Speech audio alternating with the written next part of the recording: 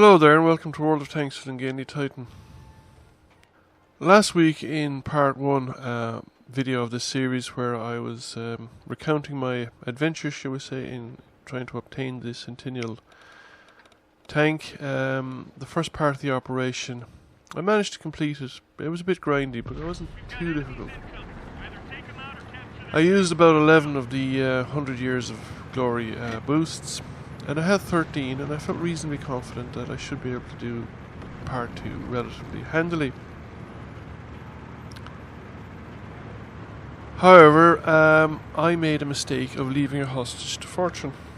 When in the previous video I uttered the words, the one thing is that it doesn't get more difficult. Each phase of the operation will require 100 points. So once you've done part 1, you should have a rough idea of how long it will take you and how much effort it will take you to do the other 2 parts. Unlike, say, the AMX and the Motherland, where you had to accumulate more and more XP. Boy, was I wrong. Just because I did the first part relatively handily, with the presence of 11 boosts, didn't mean that 13 boosts was sufficient to do part 2. I finished up having used my boosts with only about 76 points or something like that, and gaining the remaining 24, 25 points, whatever, proved to be an enormous struggle. The problem really, I suppose, lies in the combination of luck, matchmaking and statistics. Just because I have a destroyed per battle rate of about 0.8-ish in recent times, which roughly means that 4 out of every 5 battles I kill a tank. But in reality, that's not the way it works. What happens is that I have strings of battles where I don't kill any tanks, and then I have battles where I kill multiple tanks. Occasionally I have battles where I only kill 1 tank, but the tank kills are clustered. There are battles where you do well and you get clusters of tank kills, and then you have stretches of battle where you don't kill any tanks at all. So I could have 50 battles, kill 40 tanks, and not kill any tank on the 25 victories that I would gain in that 50 battles on average, for instance.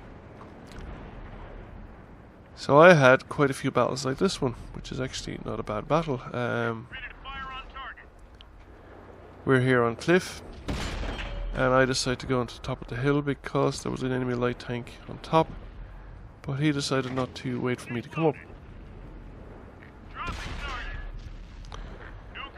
So like I was saying, you could do quite well in quite a lot of battles and then just not get kills on the wins, or not sufficient kills on the wins. So I finished up playing an enormous number of battles, I don't know exactly how many, in order to gain the remaining points.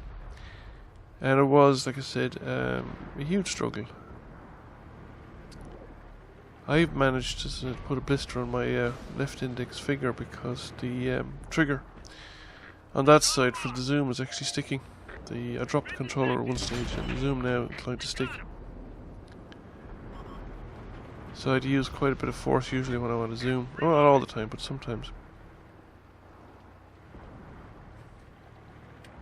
So I suppose in future I should remember that if I am playing an operation like this again, and I make a video part way through, I shouldn't make any predictions about the future, because the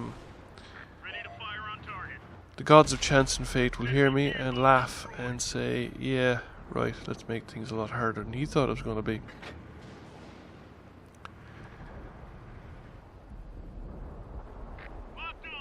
Remember folks, don't ever mock the gods of chance and fate. They always get the last laugh. Probably the hammer-up was a better measure of good play in my opinion than either the by experience operations for the Motherland and the CDC, or this one where you had to gain effectively kills on a win. Now, it could be argued that the standard required, being a top 3 damage dealer consistently in order to avoid losing points for the hammer-up, was a very high standard, and it also could be argued I think more persuasively that allowing the use of premium tanks in the hammer up gave an unfair advantage to those people who had premiums, and particularly to those people who had premium tanks with premium matchmaking like the Churchill 3, where you could guarantee that you wouldn't face tanks no more than a tier higher than yourself, which is a big advantage. So I think that the basic format of the hammer up was probably more skill played, more skewed towards skilled players. And I don't think I'd have been terribly upset if I found out that I wasn't good enough to complete the hammer up. Now, I did manage to do it, mostly by, again, going to a premium matchmaking tank and using premium rounds. Now, I don't think you can stop people from using premium rounds, they're part of the game. But if the operation was limited to Tech 3 tanks and similar standard applied, it might actually work better. This particular one really required, to make the operation doable, that you have the 100 Years of Glory boosts. And the only way to obtain the 100 Years of Glory boosts was using the Trench Warfare minigame. Now, there was two problems with that, in my opinion. One, the Trench Warfare minigame was a bit boring, particularly when everyone was trying to become a top 3 damage dealer. So people weren't trying to win the game so much as trying to camp at the back and snipe. And when you had the two teams camping at the back and sniping, it led to kind of a funny kind of game. It also hugely favoured platoons, at least where the platoon players knew what they were doing. So platoons that focus fired on the Trench Warfare mini mode were extremely effective at getting themselves into the top 3 damage dealers. Now, once you understood what the mini match, what the Trench Warfare mode, what you were trying to do, you were basically not trying to win the games or even get kills. You were just trying to get about 10 damaging ribbons. Then it was relatively easy to pick up 100 Years of Glory boosts, as I discovered over the weekend. Basically, the first day, Friday, I got 10. I then turned around and started playing my medium tanks and my premium tanks again, and got about 50 points. And then the following Saturday I got another 10 100 Years of Glory boosts and repeated for the remaining 50 points, and it was relatively easy, relatively painless. Midweek I couldn't do that. Well, I suppose I could have waited the weekend. I had a day spare, so I would have had time to complete part 2 on the weekend and just finish those 30 points relatively easily by first accumulating more boosts from the Trench Warfare mode. But trying to gain 30 kills on 30 wins was extremely frustrating and extremely difficult. It is probably the hardest thing and least fun thing that I've done in World of Tanks so far.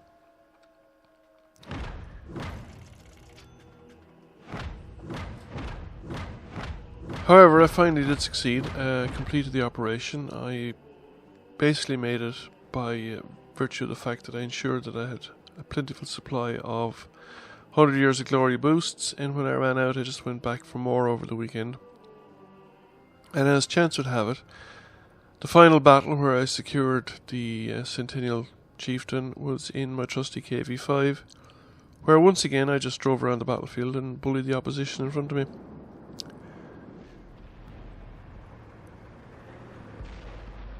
It's a great tank. It doesn't require, especially when it's top tier. When it's top tier, you can get away with so much in this tank.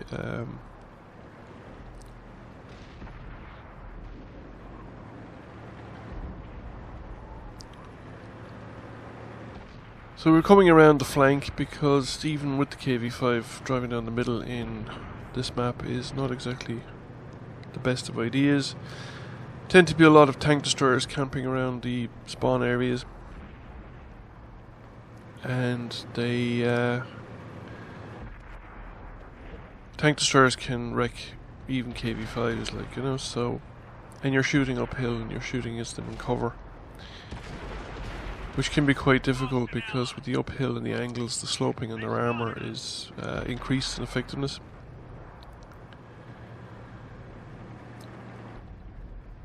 Or they duck back behind the ridgeline and you just don't get a shot of them at all. So I know that it's hammers up here behind the rock. They'll get a shot or two in if they know where to shoot. And if not, then they won't do as much damage, but as soon as I get close enough I will be doing penetrating with every shot, whereas they may not penetrate with every shot they hit me. And since they back up and only shoot at me one at a time, they make it actually quite easy. Enemy vehicle destroyed.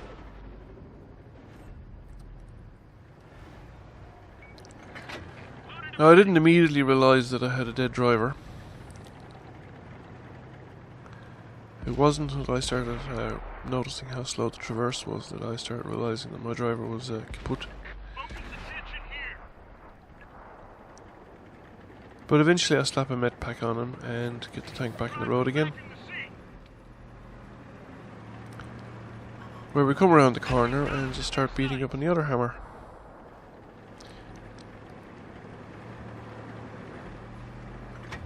Reloaded. Good clean hit.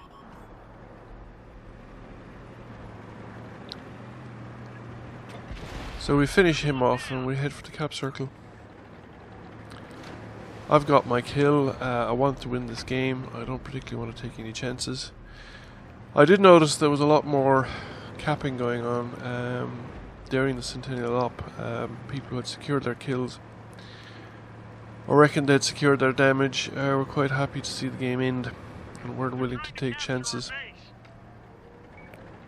that somebody would pull off a hero stunt. Now that I've got the Centennial tank, I've had a few games in it. Its good handling is good, armour is weak, mobility is very good. It'll take a bit of getting used to.